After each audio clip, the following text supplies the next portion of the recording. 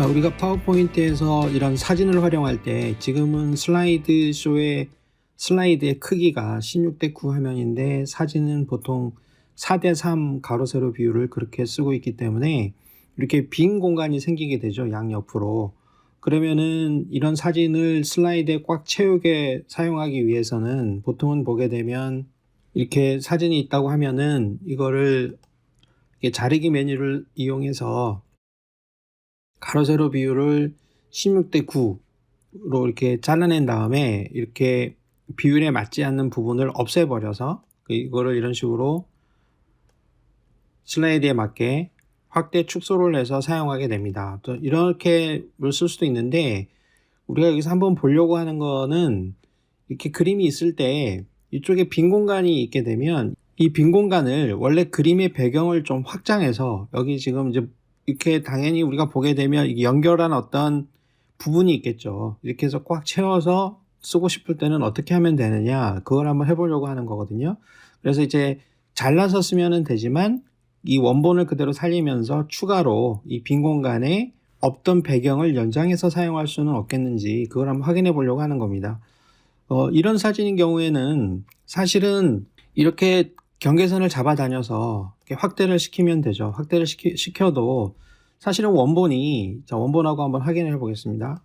자, 이렇게 된 경우하고 이렇게 해서 확장을 시킨 경우하고 한번 확인해 보게 되면 이렇게 하나 이렇게 하나 시각적으로 보기에는 뭔가 찌그러져 보이거나 그러진 않거든요. 그래서 이런 거는 괜찮은데 만약에 이런 형태의 사진이다, 이런 경우에는 이거를 꽉 채우기 위해서 경계선을 확장시켜 버리면은 전체적으로 이 화면이 찌그러질 수가 있잖아요. 이 사진도 사실은 좀 괜찮긴 하죠. 가로 세로 비율이 가로가 넓게 퍼져는 있지만 그래도 원본 사진하고 크게 다르지 않게 느껴지긴 하는데 가급적이면은 요 부분은 그 가로 세로 비율이 깨지지 않으면서 이 빈 공간을 새로운 정보로 채울 수 있는 방법에 대해서 한번 생각을 해보려고 하는 것이죠.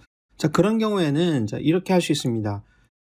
이렇게 복잡한 이런 사진을 제가 예로 든 거는 이런 사진에서는 쓸 수가 없어요. 이런 사진에서는 이 배경이 가로 세로 비율을 흩어뜨리면 안 되는 거기 때문에 이런 사진에서는 쓸 수 없는 거고, 혹시 파워포인트에서 활용하고 있는 사진들이 이런 사진이면 제가 이제 몇 가지 샘플들을 쭉 해볼 텐데요.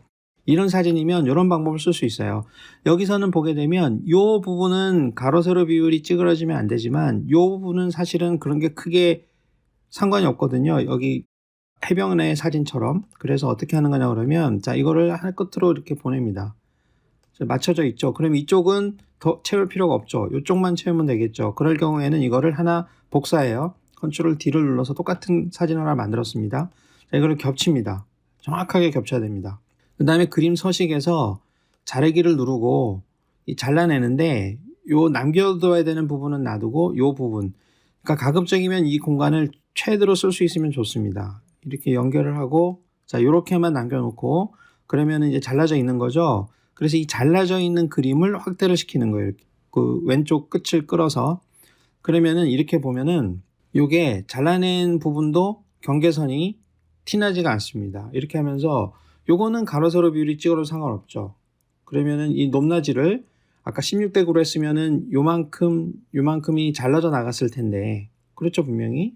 자, 이 전체 그림을 쓰면서 이쪽에 배경이 꽉 채워져 있는 것처럼 이렇게 쓸 수 있습니다. 이런 방법을 쓰는 게 일종의 하나의 이제 트릭이라고 볼 수 있죠. 이런 사진도 마찬가지죠. 이런 사진은 이쪽은 과일은 가로 세로 비율이 찌그러지면 안 되기 때문에, 자, 이거를 이렇게 왼쪽으로 보내고 이거를 컨트롤 D를 눌러서 하나를 복사한 다음에 이렇게 정확하게 겹쳐놔야 이 경계선 부분이 나중에 잘라냈을 때 경계선 부분이 티가 나지 않습니다.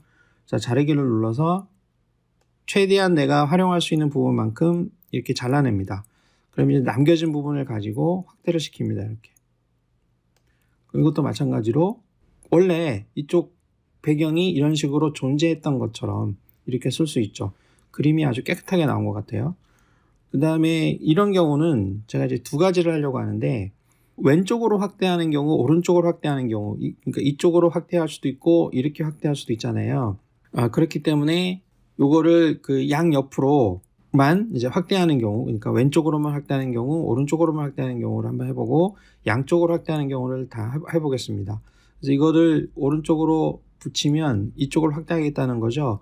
그러면 이 경우에도 자, 컨트롤 D를 눌러서 이렇게 겹쳐 놓습니다. 자, 자르기를 하고, 자, 요 정도만 잘라낼 건지, 이 정도만을 잘라내야 될 건지, 이렇게 결정을 지어야 되는데, 자, 가급적이면 좀 많은 부분을 선택을 해야 확대되는 부분이 좀 줄어들기 때문에 그림이 자연스러워요.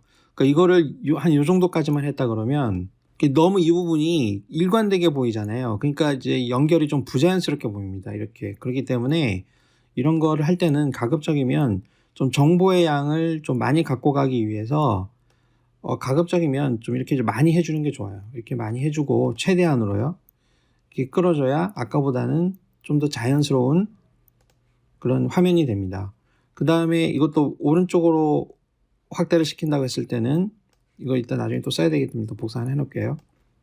왼쪽으로 붙여놓고 복사를 하나 해서 자, 자르기를 합니다. 자, 이 경우에도 가급적이면 이쪽에 정보의 양을 많이 갖고 가기 위해서 한 이 정도로 끊어주죠. 자, 이렇게 해서 끌어줍니다. 이거는 중간에 자, 어떤 거는 가로 세로 비율이 딱 정해져 있다. 뭐 사람이 서 있거나 그러면 늘어지겠죠. 그런 경우는 없기 때문에 그냥 마음대로 늘릴 수 있습니다. 근데 이것도 보다시피 이쪽에 정보의 양이 좀 부족하고 정보의 양이 부족해서 너무 늘어진 듯한 느낌이 없진 않거든요. 자, 그런 경우에는 이거를 이쪽으로만 좀 늘리고 이쪽으로만 늘리고 할 필요가 있죠. 그래서 이거를 그림을 두 개를 복사를 해요. 그래서 다 겹쳐 놓습니다. 그 가운데를 중심으로 왼쪽으로도 늘리고 오른쪽으로도 늘리겠다, 이런 의미가 됩니다. 자, 이렇게 한 다음에 자, 왼쪽인 경우에는 자르기를 해서 그림 서식에서 자르기를 하고 요 정도의 정보의 양만 가지고 늘리겠다는 것이고, 오른쪽인 경우에는 다시 자르기를 해서 요 정도의 정보의 양을 가지고 늘리겠다, 이렇게 선택을 한 겁니다. 그럼 이거를 위로 올려서 자, 늘리겠습니다. 자, 이렇게 한번 해보고, 이 경우도 그렇게 제가 보기에는 자연스럽진 않지만 자, 이렇게 해서 올리고 얘도 연장을 시킵니다. 자, 이런 식으로 해서 양 옆으로 내가 그림을 연장해서 만들어낼 수가 있는 거죠. 자, 이렇게 해서 한 그림이 있고요.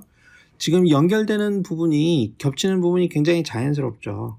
이거는 픽셀이 연결되는 거기 때문에 이렇게 그 연결된 자리가 티가 나지 않습니다. 자, 이렇게 되는 경우가 있고, 자, 어떤 게 나은지 한번 잘 판단을 해서 슬라이드의 목적에 맞게 쓰면 되겠죠.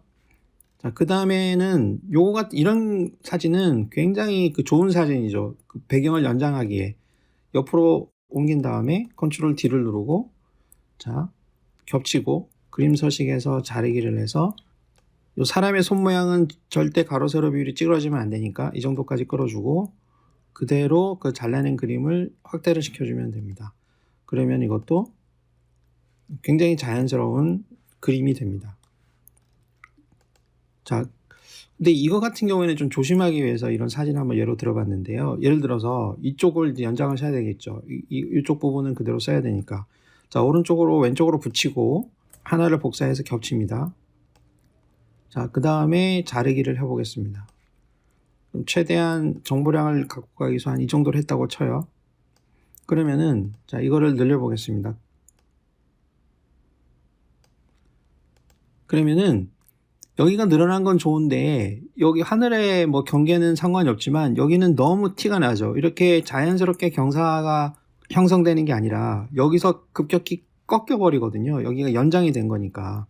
그래서 이런 식으로 해서는 그림에 문제가 생깁니다. 그렇기 때문에 잘라낼 때 가지고 갈 수 있는 정보의 양을 좀 많이 확보하라, 그런 거거든요. 그래서 이런 거 할 때는 아무튼 그 그림의 특성에 따라서 다르긴 하지만 요 태양 같은 경우에는 가로 세로 비율이 찌그러지면 안 되니까 내가 최대한 활용할 수 있을 만큼 범위를 만들어서 그거를 이용하는 게 훨씬 유리합니다. 이렇게 되면 아까보다는 더 이렇게 경사가 자연스럽죠.